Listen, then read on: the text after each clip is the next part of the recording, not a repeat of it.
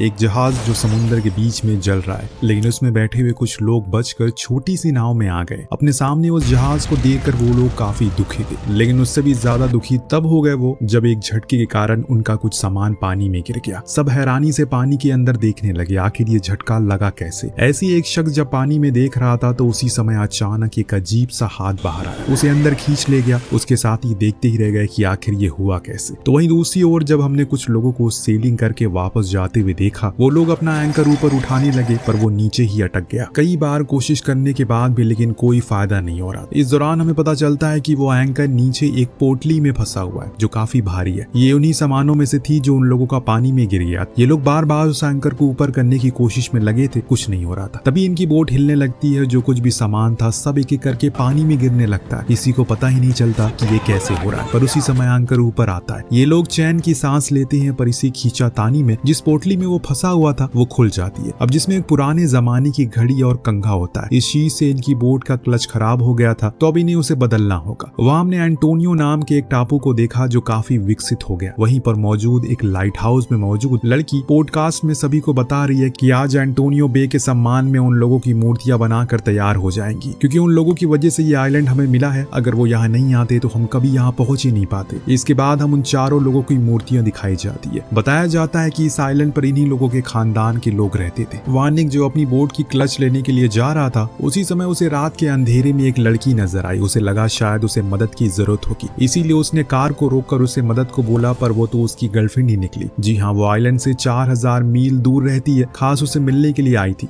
दोनों बहुत खुश थे एक साथ मिलकर, जिसके बाद निक अपने काम के लिए उसके साथ चला गया। जब वो अंदर शॉप में होता है तो क्लारा के पास एक बूढ़ा आदमी आकर उसे घड़ी दिखाता है जो उसे समुद्र किनारे मिली थी। वो क्लारा को उसे दिखाता और उसे लेने की कोशिश करता है, लेकिन वो बूढ़ा आदमी उसे मना करता है। अगर उसने ऐसा किया तो सब कुछ रुक जाएगा, फिर कुछ नई चीजों की शुरुआत हो जाएगी। पर क्लारा को ये सब मजाकिया बातें लगती है। उसने घड़ी उसके हाथ से ले लिया और देखने लगी। तभी वो घड़ी चलना शुरू हो गई जो सालों से बंद पड़ी थी। इस दौरान हम देखती है कि एक शख्स जो समुद्र किनारे रहता है उसे कुछ अजीब सा महसूस होता है, क्योंकि उसके कुत्ते भौंक रहे थे। वो बाहर आया तो देखा कि उसका एक कुत्ता उसी के घर के बाहर मरा पड़ा है। उसके शरीर में गर्म पानी का भाप निकल रहा है। साफ पता चल रहा है कि किसी ने ये जानबूझकर किया, पर किसने ये चीज किया उसे नहीं पता। वेल, उसी किनारे पर हमने एक हाथ को भी देखा। ये वही किनारा था जहाँ उस बूढ़े आदमी को वो घड़ी मिली थी। सारी चीजें एक दूसरे से जुड़ी हुई है, बस हम इन्हें एक साथ देखना और समझना है। तो अब स्टाइल जो कि पॉडकास्ट करती है, उसके पास उसके दोस्त का कॉल आया, जिसका कहना था एंटोनियो आइलैंड के पास एक अजीब सा तूफान आ रहा है, पर हवा दूसरी दिशा में चल रही है, लेकिन ये तूफान हवा के उल्टी साइड में चल रहा है। स्टाइल को ये बात बड़ी अजीब लगी कि ऐसा मुमकिन कैसे हो सकता है। निक का दोस्त और उसका कजन जो लड़कियों के साथ उसी सेलर बोट पर 2 लड़कियों के साथ मजे कर रहा था, लेकिन अचानक से वहां वो घना कोहरा आ जाता है। ये शायद वही तूफान होगा, पर ये देखने में बहुत ही अजीब लग रहा था क्योंकि ये एकदम शांत था। पुलर जाकर रेडियो पर लोगों से बात करने की कोशिश करता है। उसने स्कैनर में भी देखा कहीं आसपास कुछ तूफान जैसा कुछ तो नहीं है, पर वहां उन्हें ऐसा कुछ नजर नहीं आया।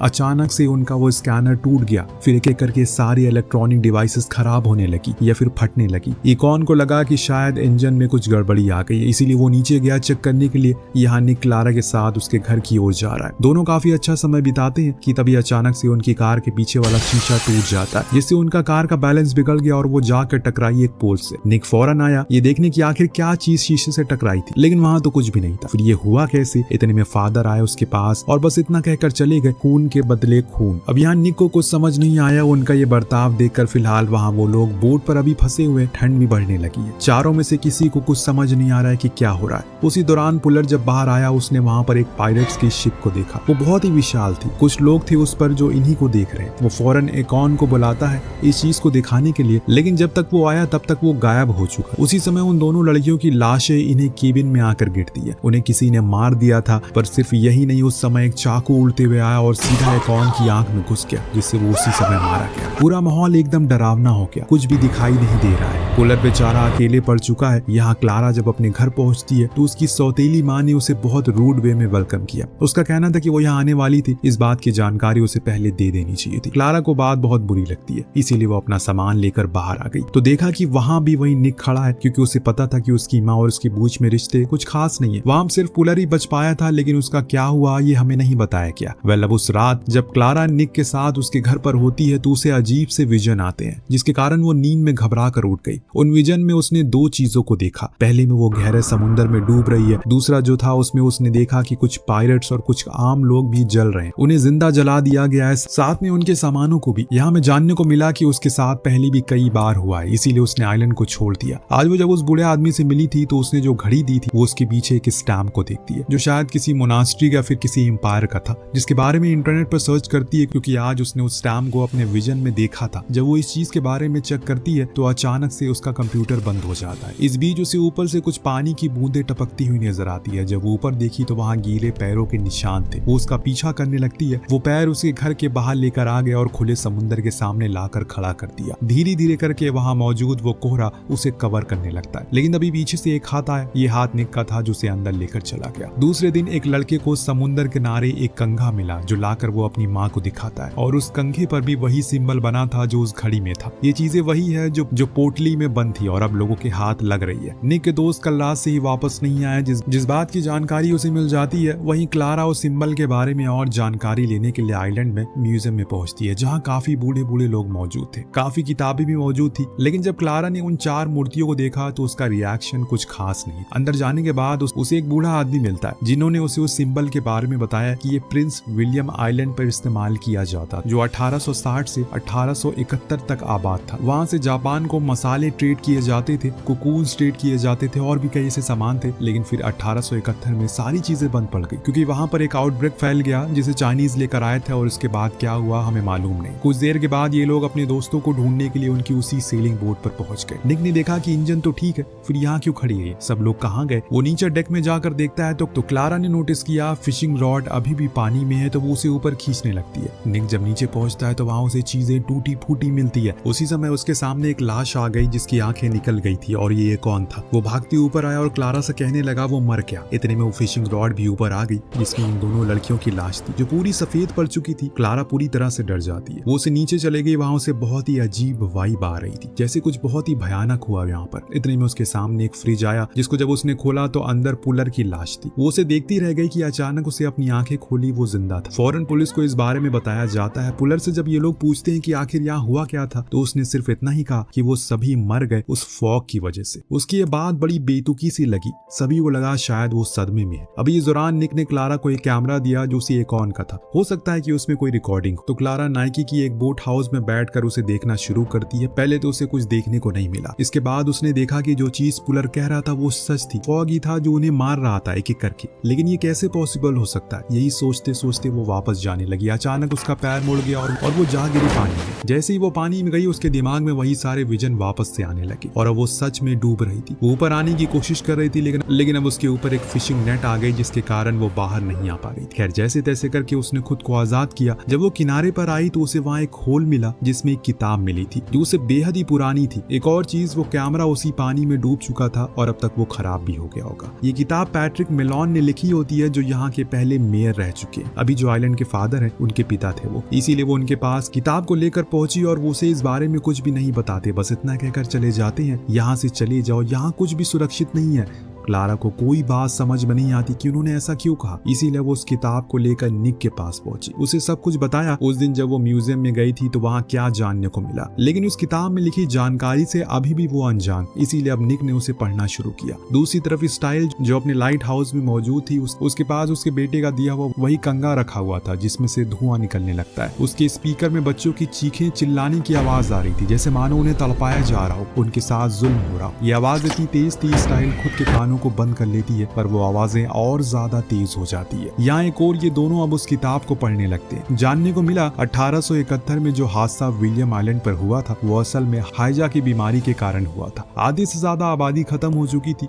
वहाँ के लोग बहुत अमीर थे, उनके पास रहने सहने के बहुत सारे संसाधन थे। अब उनका खुद का आइलैंड इस बीमारी से जूझ रहा था, और इसीलिए जो कोई भी लोग जिंदा बच गए वो एलिजाबेथ नाम की एक शिप को लेकर एंटोनियो आइलैंड पर आ गए। और तब यहाँ पर पैट्रिक मेलन और उनके 3 दोस्तों का राज हुआ करता था। जिन्होंने एलिजाबेथ शिप के ओनर और विलियम आइलैंड के चीफ ब्लैक का सौदा किया और बाद में उन्होंने धोखा दे दिया। दरअसल ब्लैक यहाँ पर कुछ हिस्से जमीन का खरीदना चाहते थे, जिसके लिए उन्होंने पैसे भी दिए थे, लेकिन उसी समय पैट्रिक और उसके लोगों ने ब्लैक को बंदूक की नोक पर ले लिया, फिर उसके सारे जेवरों और सारे पैसों को लूट लिया। सिर्फ यही नहीं, उन्होंने उनके पूरे शिप को जला दिया, डेक के दरवाजे को बंद करके वही मिट्टी का तेल दिया और उसी डेक में हजारों बच्चियां थी, हजारों औरतें थी जो जिंदा ही जलने लगी। क्लारा कहती है कि हमारे पूर्वजों के बारे में आज तक सब कुछ अच्छा बताया गया है, लेकिन कभी ये कहानी क्यों नहीं बताएगी, और अब वही लोग हमसे बदला लेने के लिए आ गए हैं। अब स्टाइल के साथ भी वही चीजें हो रही है। तभी अचानक उस कंघे में आग लग गई और उसका स्टूडियो का एक हिस्सा जल गया। समय रहते उसने आग को बुझा दिया, लेकिन बाद में उसके सामने एक ऐसी चीज आई जो उसे हैरान कर दी है। उसके स्टूडियो के हर हिस्से में वही सिंबल बन गया,